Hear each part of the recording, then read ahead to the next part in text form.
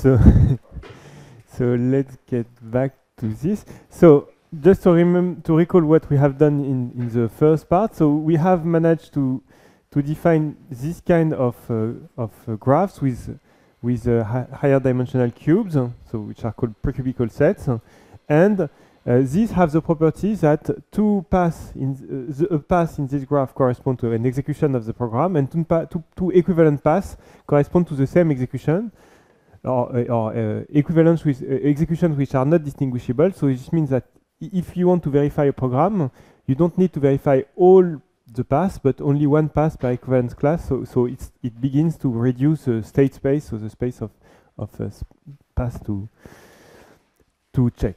Okay. So now just last note. So usually, so you can see that if you assume that variables are correctly protected, so which means that there is a mutex which is taken before and released afterward. Actually, most of the structure of this space does not depend on the action manipulating values. So in the following, I will concentrate it on programs which seem a little bit boring, which consists only of PA, VA, and control flow instructions. So there is no manipulation of values or whatever, but actually all the geometric structure of these programs, most of the interesting part of the geometric structure of programs can be found in those programs, okay, already. So this is kind of very simplified model. Okay, so now I want to go to a more topological side of the things and introduce directed topological models. So we first write I for the standard topological interval, and a topological n cube is defined as the product of n copies of I. Okay, so these are cubes, right? So if you can see that there are inclusion from the n-1 cube to the nth cube, and actually there are two n inclusions. So for instance, this face here can be embedded as this square here can be embedded as this face, this face, this face, or this face, or this face, and so on of the cube. And again, we have the same system for indexing these inclusions. So for each direction, we have two possible inclusions, either as a source or as a target. Okay.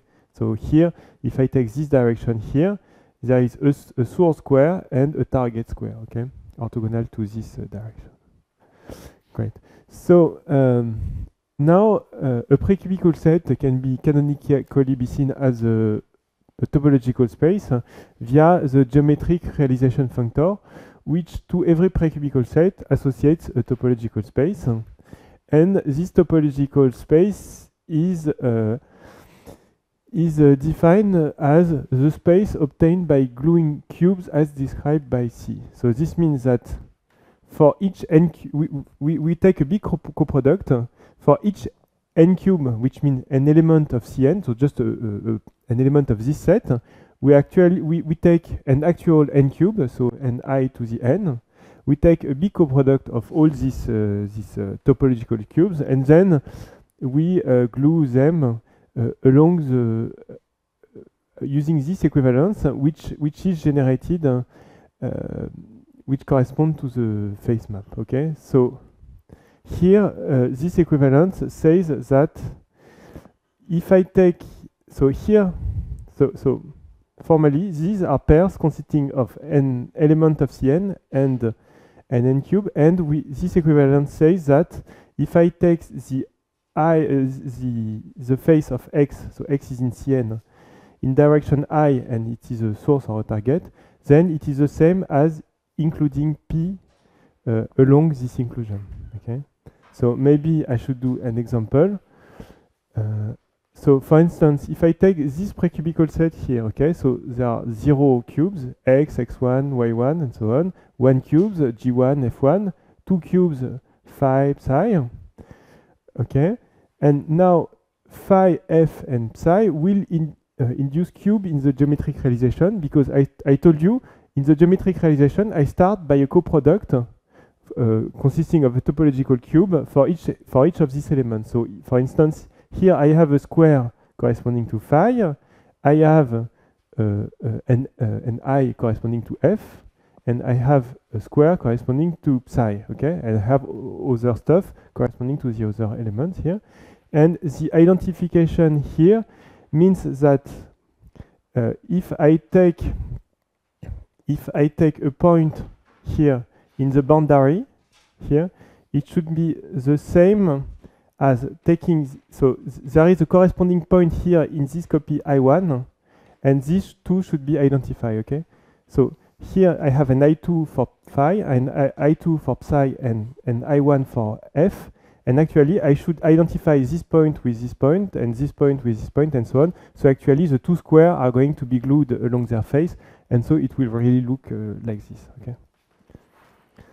Okay, and so it's not difficult to see that there is an interesting property, which is that the geometric realization sends the tensor product of precubical set to the Cartesian products of geometric realization. Okay, so now we can ask, so this is the standard definition of geometric realization in topological spaces, but we can try to see what makes top a good place to take a geometric realization. So, okay, so if we write box 1 for this category here, so with two objects and two faces, sorry, two objects and two arrows, here a functor from the opposite of this category to set is going to be the same thing as the graph, okay? Because we have a set G0, we have a set G1, and we have two functions from G1 to G0 correspond to source and target. Okay. So now you can notice that every graph can be canonically obtained as a colimit of which involves these two graphs, which are very particular, with G0, which is just a point, and G1, which consists of two vertices and one edge. So, for instance, this graph here can be obtained as this colimit here. So what does this mean? This means that I take an edge here, I take an edge here, I take an edge here, and this I identify for this edge, so corresponding to G1, this point here from this one with this point here corresponding to the source of this one, okay? So every graph can be obtained by gluing edges along points, okay? Okay. And so these two graphs, the fact that there are two graphs is not a mere accident. There is one graph for each point, and this corresponds to the image under the Yoneda embedding. Okay, but here, more importantly, so what this means here? This means that a co-continuous functor is uniquely determined by its image, by the image of G0 and G1. So a co-continuous, it means preserving colimits. So if I have a functor which preserves colimits, if I know its image on this G0 and its image on G1, then I know its image on every graph, because every graph can be obtained as a colimit of these two graphs, and so the image of the functor on this graph is going to be the colimit of the image of G0 and G1, because colimits are preserved by this functor by hypothesis. Okay. So now this is a very general fact, and so a precubical set can be seen as a presheaf also. So it means a functor from a box up to set, where box is some category, which has natural number as objects, and morphisms are generated by formal face maps subject to dual relations as before. Okay, so the detail is not important here. What is important is that there is such a category, and this category really describes the structure of precubical set, and it's just a matter of translating the definition into morphisms. Okay. So now you can remark that you have a functor from this category box to top. Okay. So the objects of this category are natural numbers, and this functor is going to send n to I to the n. Okay. So it's going to send n to the standard topological cube, and it's going to send the formal face maps, which are morphism in here, to these canonical inclusions that I have described before, okay, which encode the realization of the standard cube and surface. And in fact, this is all we need to define a geometric realization. So we recall that we say that a category is co-complete when it has co-product and quotients, and it is a very general fact that these categories of presheaf, so categories of functor from this category box to set and natural transformation, is the free co-completion of this category here. Okay, it would work with any category. So it means that given a functor from box to C, where C is co-complete, there is a unit co-continuous functor such that this diagram commutes. Okay, so we have this functor, we have this category box. We have this category of presheaf over box, and this category here is co-continuous. So we have a canonical way to embed this box into its co-completion. And actually, the free co-completion, which means that whenever I have a functor here, it extends uniquely into a functor from box hat to C. So it's really like the previous situation in graphs.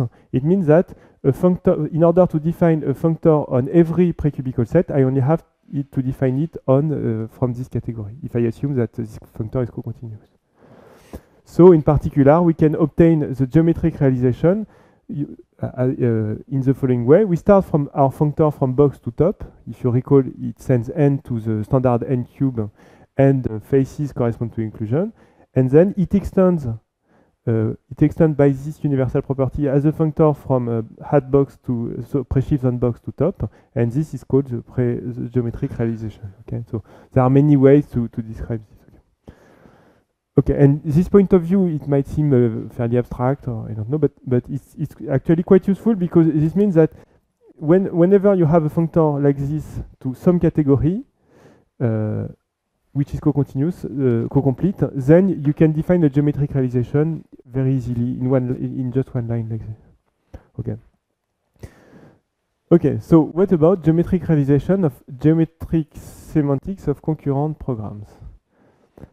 So, okay, so I now define the geometric semantics of a program as the space SP obtained by taking the precubical set associated to a program as I have described earlier, and then taking its geometric realization. Okay, so this is one way of defining the geometric semantics. So I just translate the precubical set we defined earlier into some topological space.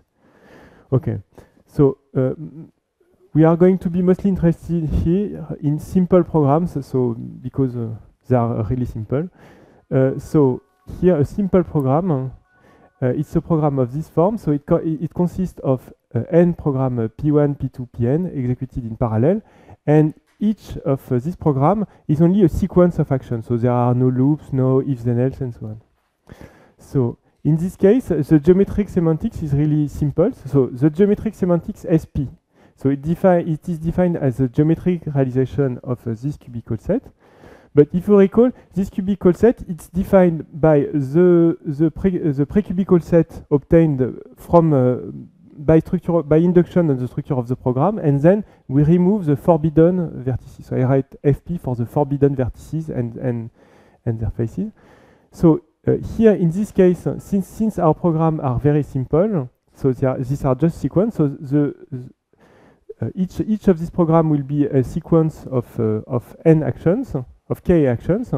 So here, this cubical set will be essentially going to be a sequence of edges tensored n times with itself. So there is a linear sequence for this one, a linear sequence for this one, a linear sequence for this one, and then I take a tensor product corresponding, interpreting each of these parallels.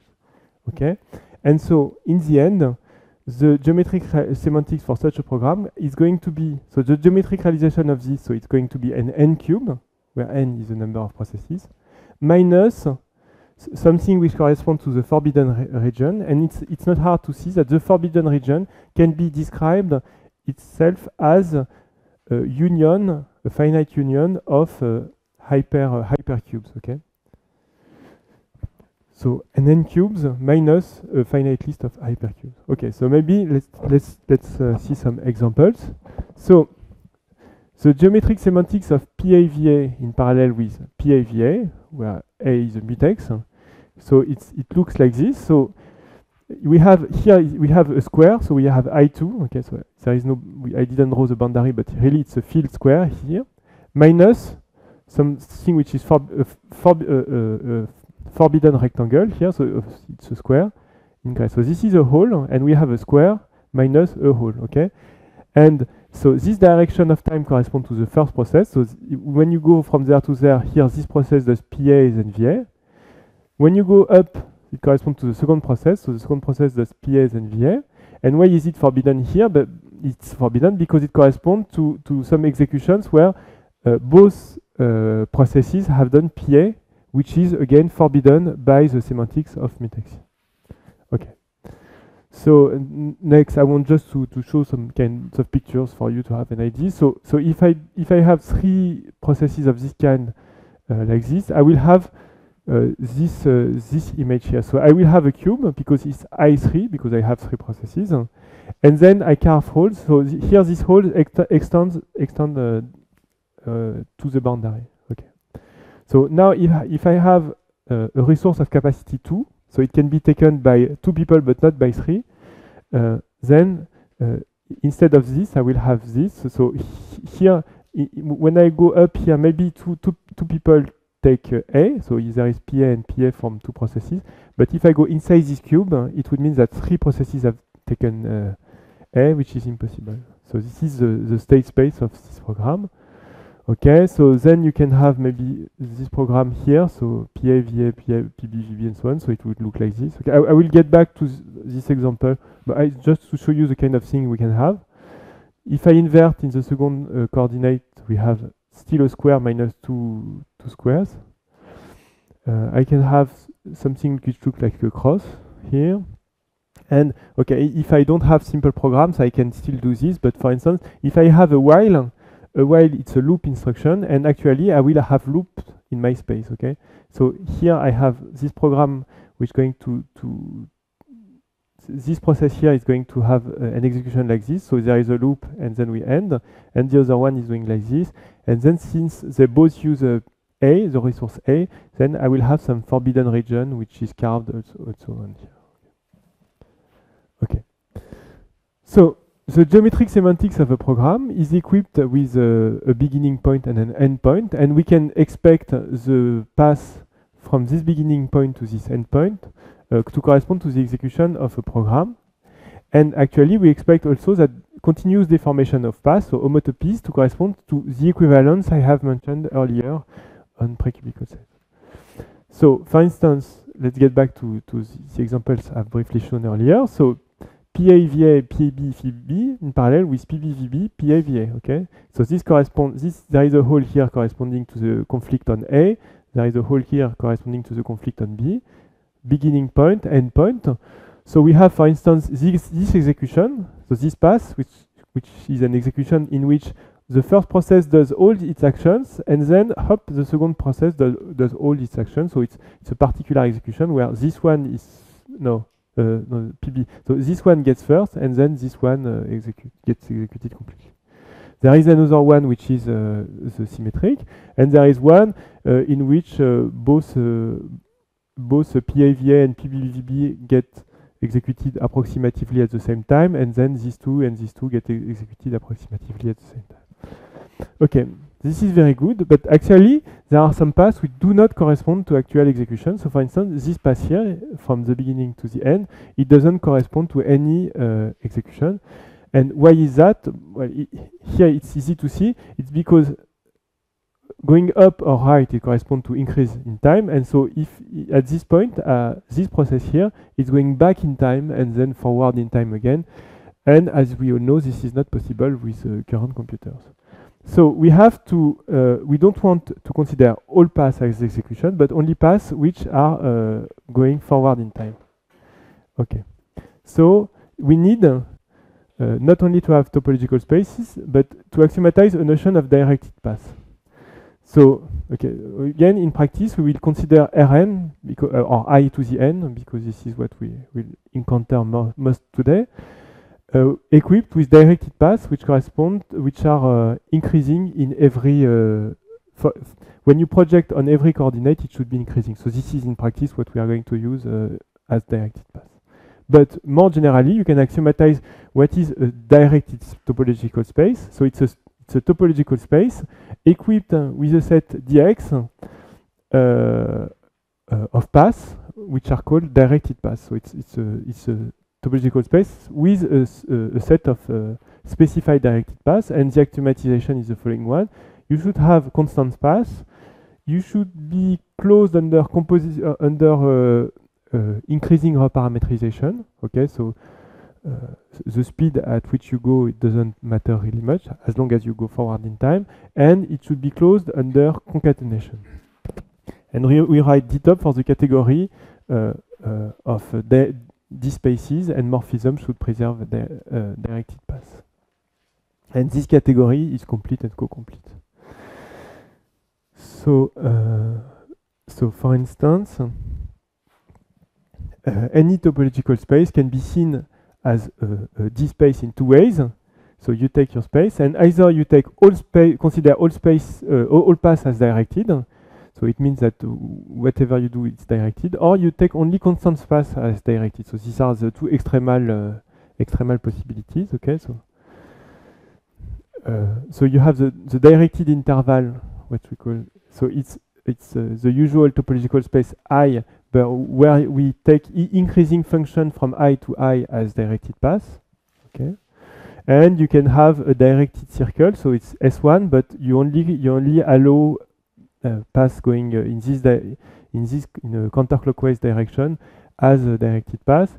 There is a directed complex plane also, for instance, where a path is directed when it is rotating like this and it's going away from zero. Okay. You can choose any convention, but okay.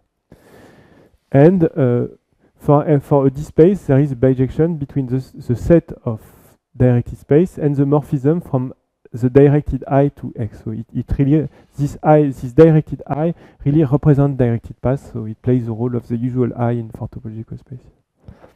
Okay, so now the category DTOP is co-complete, and we have a functor from box to DTOP.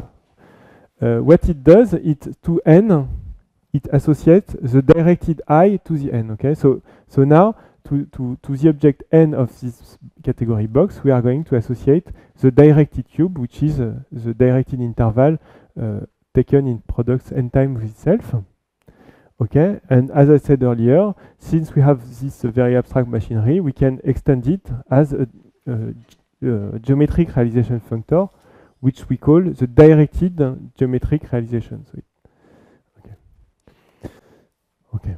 So now there is okay. So we all know the notion of homotopy between paths. So we say that two paths are homotopic when there exists a homotopy between the two paths. So we can continuously deform the path P to the path Q. Okay. And we say that two paths are dihomotopic when we have the same thing for directed paths. Okay. So it means that we have a directed path P, which can continuously be deformed into directed path Q, but we also impose that the intermediate paths are also directed paths. Okay, so in homotopy we would allow some non-directed paths in between, but in dihomotopy we only allow directed paths in between. Okay, and now given a D-space X, we can define its fundamental category to be the category whose objects are the points of the space, and morphisms are dipaths up to dihomotopy, and composition is induced by concatenation, and the axioms for these spaces are exactly those you need for this to be well defined. Okay, and so you can show that it coincides with the previous definition in the sense that for a precubical set C, there is a full and faithful functor from the fundamental category of the precubical set that I have defined earlier, only considering the precubical set, and this fundamental category of its geometric realization. Okay. So here, the fundamental category of this precubical set would have 4 objects and pass like this morphism. And for instance, there is only one morphism from here to here because these two here are identified because of this equivalence. And here, I have many more points because I have points in the middle, but it roughly looks the same, okay? So it means that if I consider this point to be this point to be this point, and so on, this gives me a full and faithful embedding. Okay, so for instance, if I go back to here, I have this program which has this geometric realization, this program which has this geometric realization, and you can note that the underlying spaces are homotopy equivalent if you look at them as non-directed spaces, because it's just a square with two holes. So okay, topologically they are considered as being the same, but actually as directed spaces they are really not the same, because here you have 4 paths up to diahomotopy from the beginning to the end, whereas here you only have 3 paths up to diahomotopy. So they really exhibit very different behaviors. Okay, and also I want to show an example of the difference between diahomotopy and homotopy. So, for instance, if you consider the directed cube, but you remove the interior, well, I claim that. So you take a point, okay, at the same 2 points at the same levels, and you have a path like this and a path like this. Okay, it's empty inside. Huh? I claim that these 2 paths are not diahomotopic, so it's easy to convince yourself that there is no deformation that you can do on this path, because as soon as you try to deform them a little bit, then you have to go backward in time. So for instance, if I move this path a little bit up, then it will go up and down, and so when it goes down, it goes backward in time, and this is not allowed for diahomotopy. But they are homotopic because obviously you can do something like this, and so the two are really different, and this is why all the invariants you have for classical topology have to be adapted to this directed setting. Okay, so maybe I want not. Okay, and so maybe I want to show now a very simple application of this point of view to the detection of deadlocks. Okay, so it's not going to be very high topology, but it's actually very useful. So I have somehow tried to explain that we can reduce the state space using these things, and we can once we have a state space which is reduced, we can apply usual techniques to verify that you don't divide by 0 and so on. But there are actually some other kinds of problems which are very specific to concurrent programs, which I didn't talk up to now.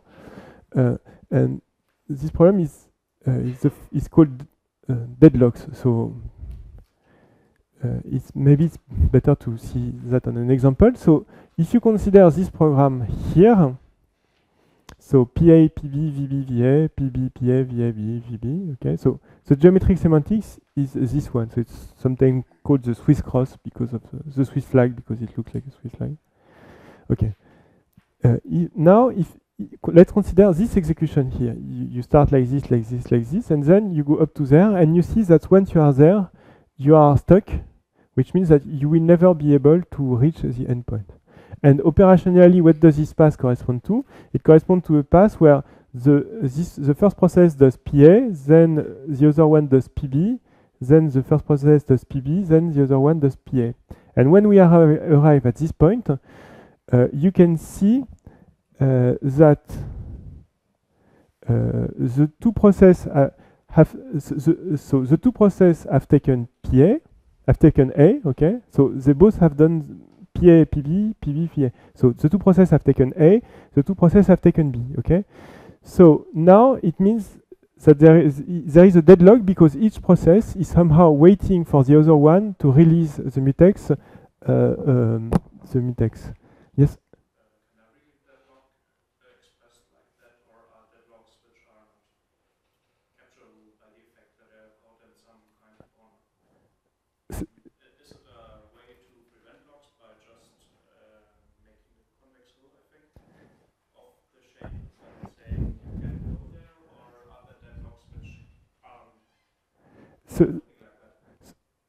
No, all the deadlocks look like this. And if you want to prevent them, so geometrically, yes, you can add some forbidden. If you add a forbidden region here, so a square like this here, then you will prevent the deadlock. Okay, okay, and so okay, so you see here that so both have taken the mutex, and so for each of them to progress, since when you take the mutex cannot be taken by two persons, it means that you are locked when you take the mutex so for the second time, and so you are waiting for the other one to release it. But here they are mutually waiting for the other to release the mutex, and so the program will never end. So this is something that you can observe in practice, because in practice your phone freezes. Okay. So it's not a bug in the sense that you don't get an error message warning division by 0, but you just don't get anything, and it will not get any better after time. Okay. So this is a real problem. So you can define it, of course, without appealing to geometric semantics, but geometrically, a deadlock it's a point such that the only path with so deadlock x is a point such that the only path with x as source is the constant path. Okay, so here I cannot go further, so I can only stay here. And you also require that x is different from the endpoint, because the endpoint is the place where you want to go, so it's okay to be locked in there. Okay, so now there is an algorithm so we want to find deadlocks for simple programs. So I recall that the geometric semantics of a simple program, it looks like this. So a cube minus cubes, so where Ri are this kind of cubes. So we have this kind of geometric semantics, and we want to find deadlocks in there. Okay, so there is an algorithm which was invented by Martin Rausen and other people. Here, so there is this following algorithm. So how to find a deadlock? You find n intervals Ri1, Rin, whose intersection is non-empty. Then you compute the point where the coordinate j of the point, the coordinate in dimension j of the point is the maximum of the j coordinate of the holes here. And if this point does not belong to any forbidden rectangle, then it's a deadlock. So okay, let's try an example. So here I am in dimension 2, n equals 2. So I have to find two regions. Okay, I take R. The first R is this square rectangle, and the second R is this rectangle. Then I compute the point whose coordinate is the maximum of in any dimension. So here it's going to be this point. Is there another region where this point belongs? No, forbidden region. No. Okay, so this point is really a deadlock. Good. Now, if I added another forbidden region, so this is what we were discussing. So here I would still compute this as a potential deadlock, say, but since it belongs to this forbidden region, actually it's not really a deadlock. Okay. And if I have this square here, so here it's not really a deadlock, but maybe if I choose some other rectangles, here I will see that here I have a deadlock, and here I have a deadlock too.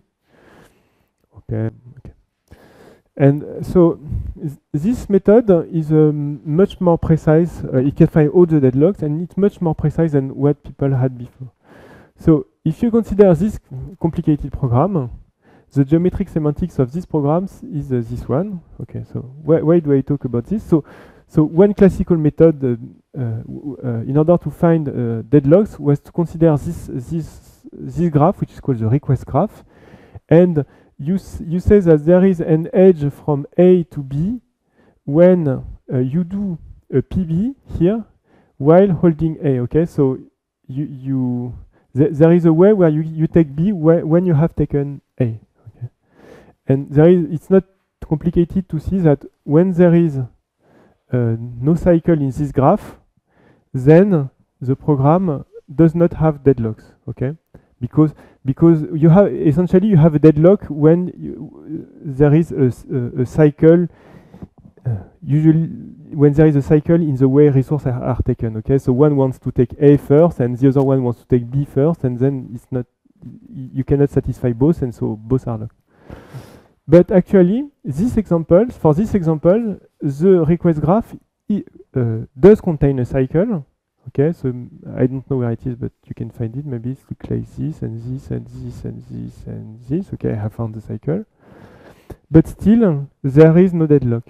Okay, and you can show it using the geometric semantics, for instance. Okay, so it's more precise than, let's say, naive approaches. Okay, another thing you can be interested in is what is called the doom region. So a point is doomed when there is no path to the end point. So it means that you are not in a deadlock right now, but eventually you will be stuck in a deadlock. So here the doomed region is this square here. So it means that when you are a point here, the only thing you can do is go forward, and when you go forward long enough, you will reach a deadlock. And again, the doom region can be computed in here as follows. So you can see that if Z is a deadlock, then Z prime, the interval between Z prime and Z is a doomed region where Z prime is the maximum of coordinates which are not the coordinate of this deadlocking point. Okay, so here the maximum coordinate in this direction is this one, because here this coordinate here is correspond to Z, and so you get this point. So you see that this square is a doom region. Okay. Okay. But in general, in order to compute this doom region, you need to iterate. So for instance, you start from this deadlock here, and then you say, okay, the doom region is this region here. Okay, but then now what you do is you consider this doom region as forbidden, and you start again the process. So you see that there is a new deadlock point, and there is a new doom region here, and the actual doom region is the union of the doom regions that you have computed in this way. Okay, and some other things that you can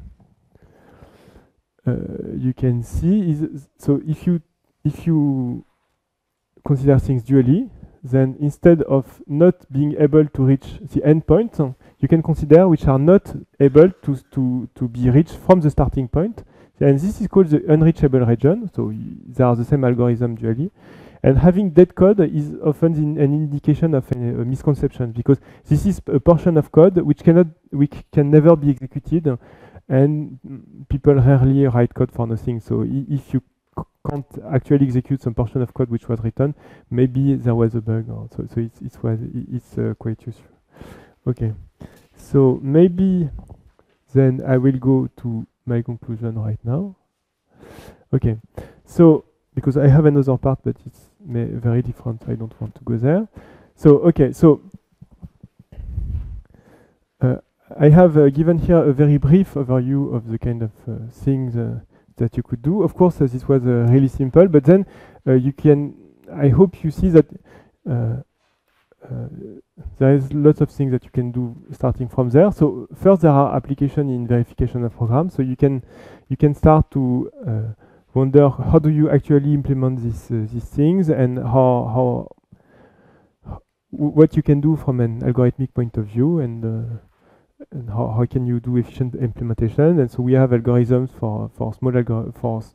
We have implementation for some algorithms, but there is lots of improvements to have here.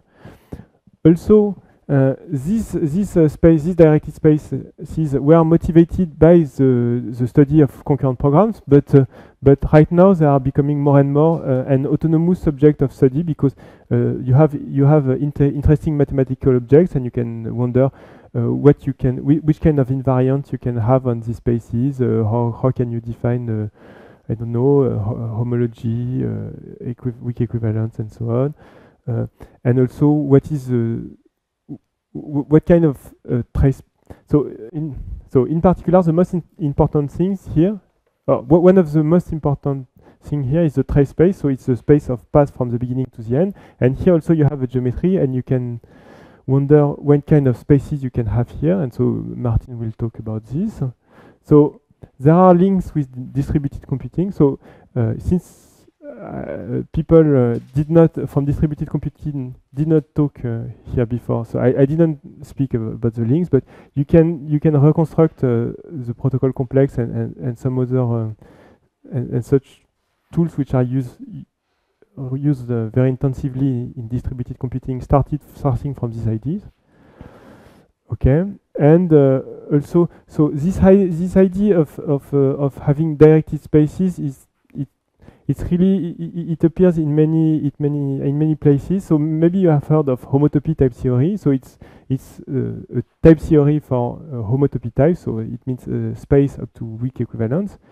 And in type theory, in particular, every type has a structure of an infinity groupoid. So it's a weak groupoid. And of course, you are interested. There are groupoids, but there are also infinity categories which are perfectly well defined. And in some sense, this infinity category should have some relation with directed homotopy, directed spaces, and you can wonder what is a directed homotopy type theory and so on. But of course, this is far away from what I told here. Okay, thank you.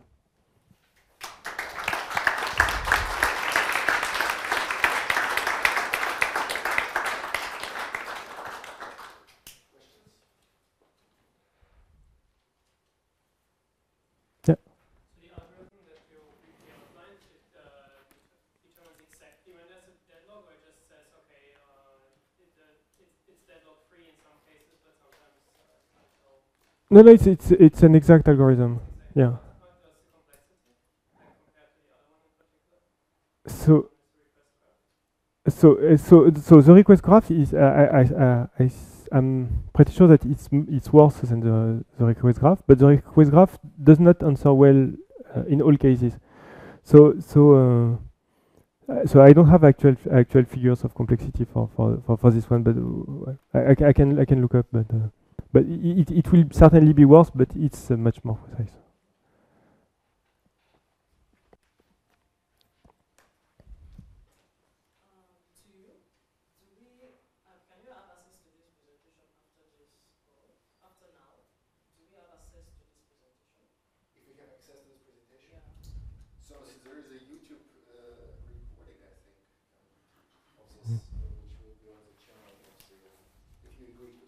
Yeah, I agree. And these slides are on my webpage, and if you ask for the slides, I will send them also on the. Yeah.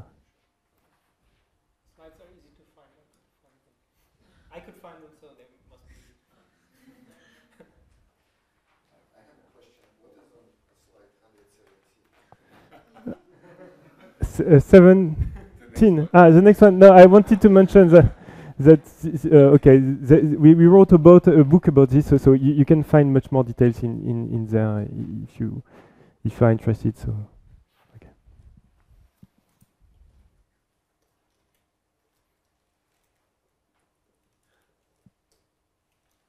Maybe just a quick question about your remark on unreachable code, because you had this example of a distributed program which essentially just had four. Well, it's two programs run in parallel, and they have four steps. Yeah. But can you maybe go back to the slide? Yeah. Because I couldn't interpret really that there's some unreachable code really in this program, right? I mean, it's a certain